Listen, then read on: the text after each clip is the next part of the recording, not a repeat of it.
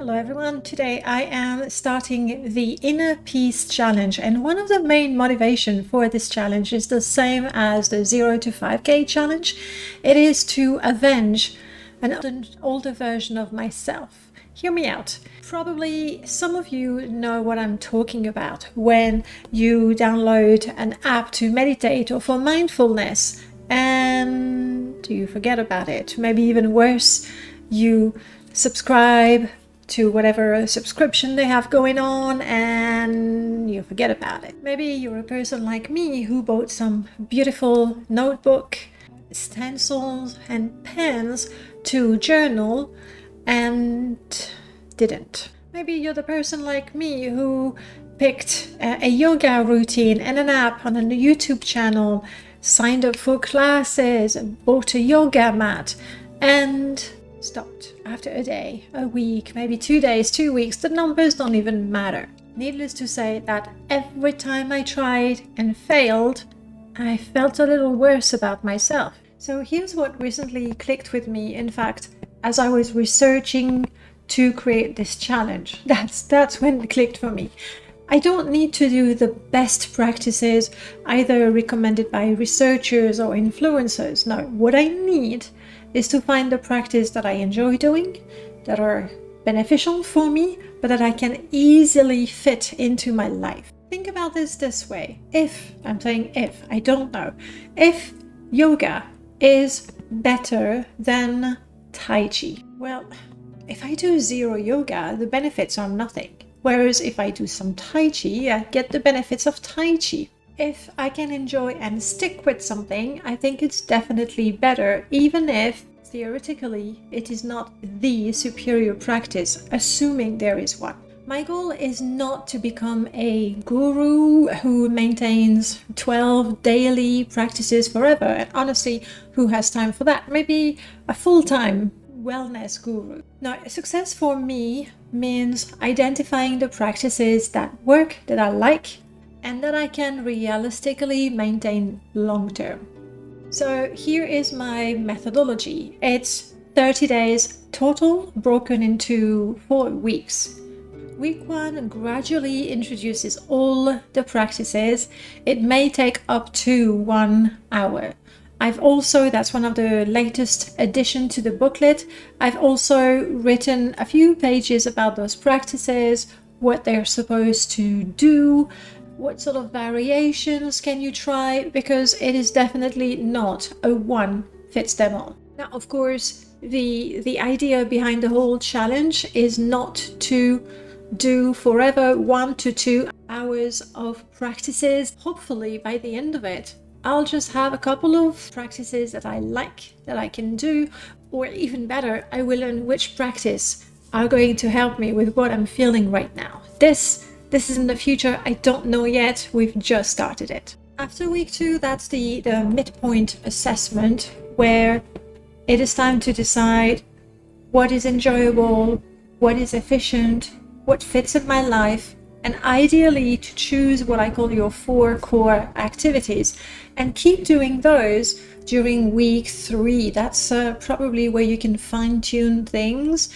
and the hope is that by week 4 you'll have the practices at the time and for the time that you like. If you're familiar with my challenges, you know that one of the 4 pillars is metrics. For this challenge, unlike the 0 to 5k where we could have like physical metrics, heartbeat and that sort of things, with this one it's a little harder. I do have some objective metrics, blood pressure, measuring sleep, how long, how well, though a little bit naturally some of the metrics, a good number of those metrics are going to be subjective. How stressed do I feel? What is my mood today? Because I want to be as thorough as possible, I've created a detailed weekly assessments for the activities, space to notes, if you want to make changes or adjustments for them. And just like the 0 to 5k challenge, I have created a complete booklet that is a to-do list, a logbook for metrics, a journal. It's an all-in-one thing. In the end, I've added a lot describing what the practices could look like.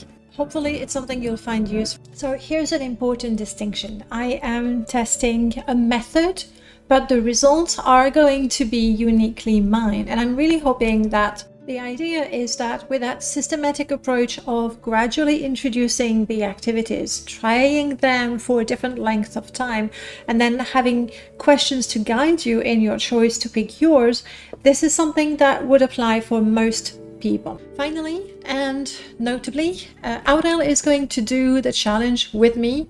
I'm super happy about that for a number of reasons. The first one, there is the accountability factor. It's always nice to have somebody, have you done that today? No, well, let's do it together, sort of thing.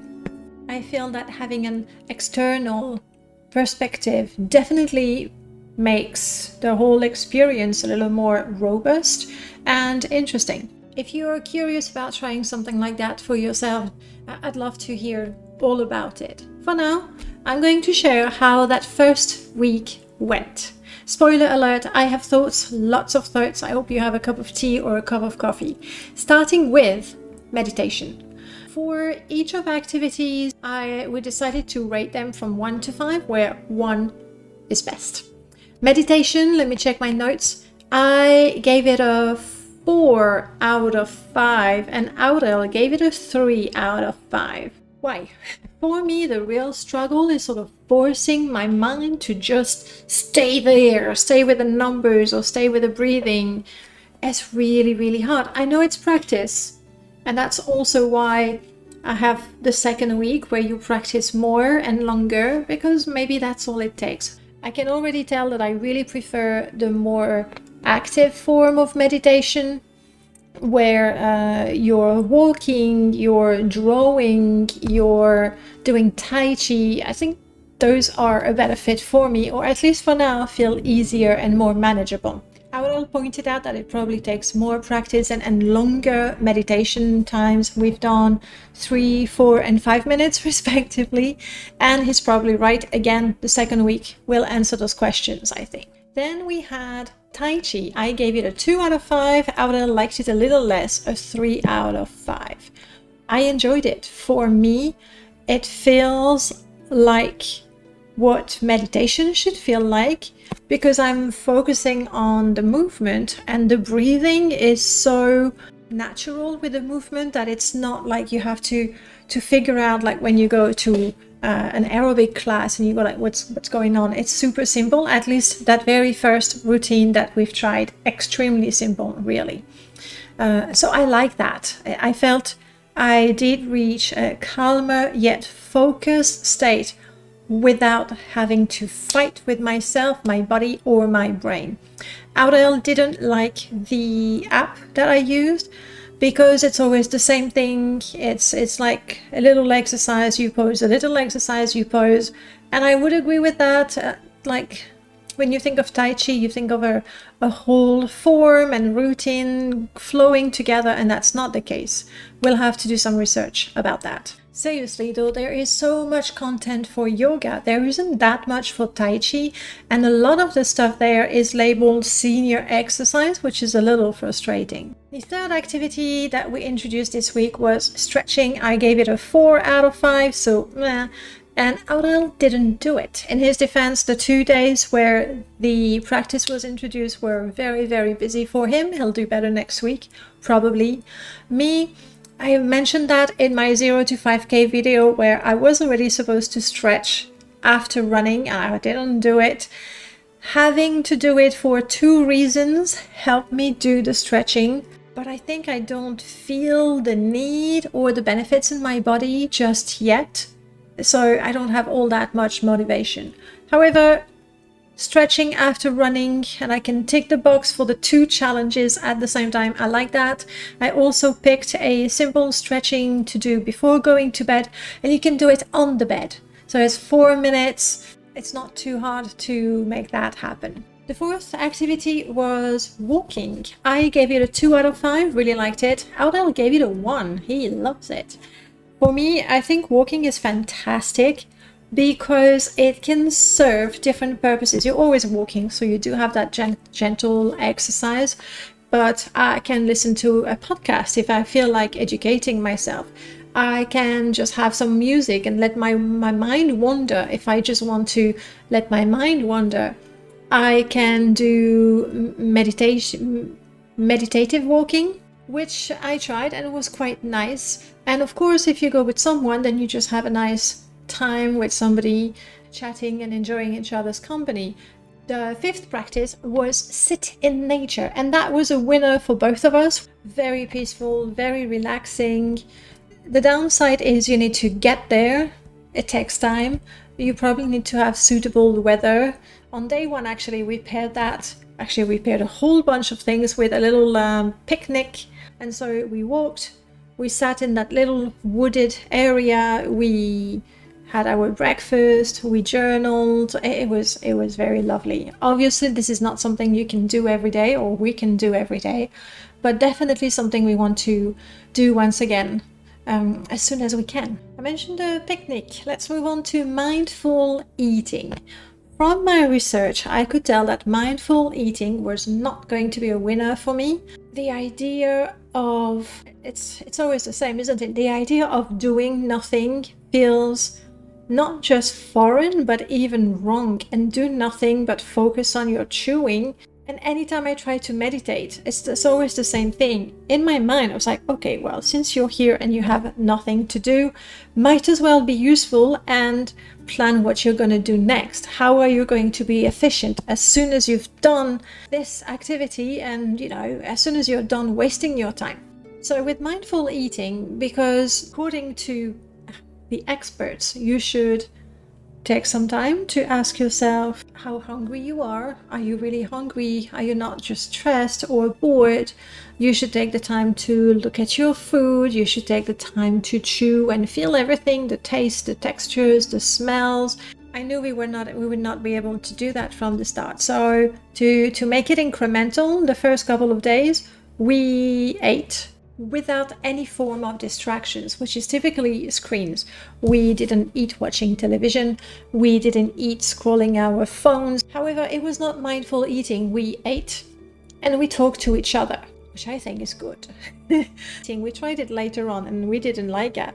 Two of us eating and not enjoying each other's company because we're focusing on the food just felt off. I do think it is a good idea, before you start eating anything, to pause and ask yourself, why do I want to eat? Because if you are indeed bored or stressed, there's probably other things you can do that will remedy your boredom or your stress that is more beneficial than eating, especially if it's eating junk food. I also love the idea of taking a minute, maybe not a minute, a few seconds to appreciate the food you had in front of you.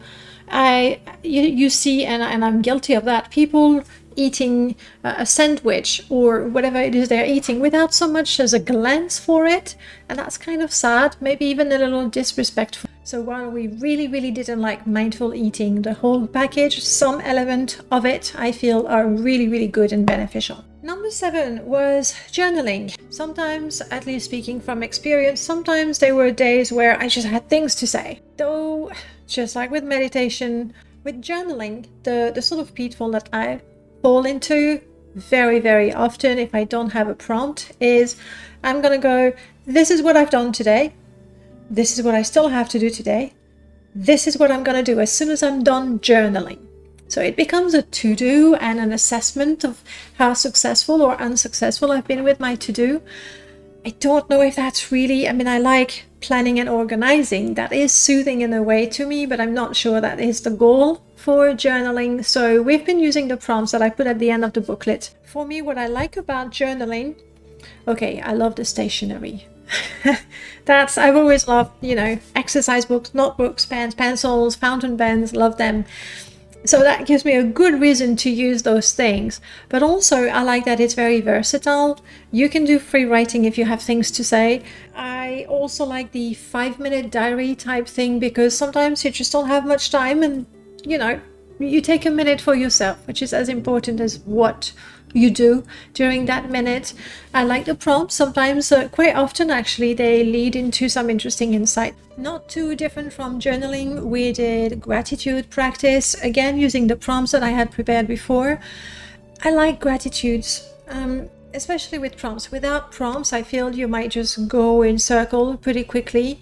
With the prompts, it makes you think about things that you wouldn't think about because you kind of take them for granted. So it's nice. Number 9 was coloring and drawing, and that was a clear winner for both of us. Aurel can draw, so that's something nice. And he said that he thoroughly enjoys it. That really helps him calm down and center.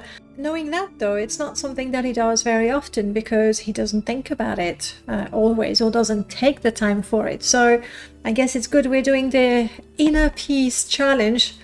I cannot draw, so I got myself a coloring book with kittens in it, and I really enjoy that. It is so, what's the word, regressive. Takes me back to, I guess, childhood and easier times, different times, simpler times. So we both enjoy it. We're gonna keep doing that for sure. So the key insights in the first week, there's a pattern that I kind of knew about myself, but it's really very obvious.